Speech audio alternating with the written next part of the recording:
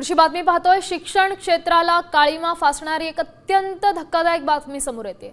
उत्तर महाराष्ट्रात 854 पैकी तब्बल 750 बोगस शालार्थ आयडी असल्याचं समोर आलंय। एसआयटीच्या तपासातून ही धक्कादायक माहिती उघड झाली आहे। सर्वाधिक बोगस शालार्थ आयडी हे धुळे आणि जळगाव जिल्ह्यात आढळून आलेत आणि या घोटाळ्यात संस्थाचालक, शिक्षक आणि शिक्षण विभागातील अधिकाऱ्यांची मोठी साखळी समोर आली आहे। दोषींवर थेट गुन्हे दाखल केले जाणार आहेत।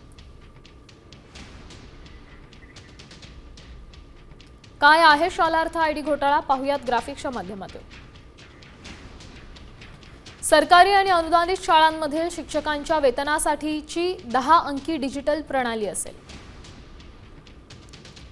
शिक्षणाधिकारी आणि संस्थाचालकांनी संगनमत करून कोट्यावधी रुपयांचा केलेला हा आर्थिक गैरव्यवहार आहे। अपात्र उमेदवारांकडून लाखो रुपयांची लाच घेऊन त्यांना बेकायदेशीरपणे सेवेत सामावून घेण्यात आले। बनावट कागदपत्र आणि खोट्या स्वाक्षऱ्यांच्या आधारे शालार्थ पोर्टलवर अनधिकृत आयडी तयार केलेत।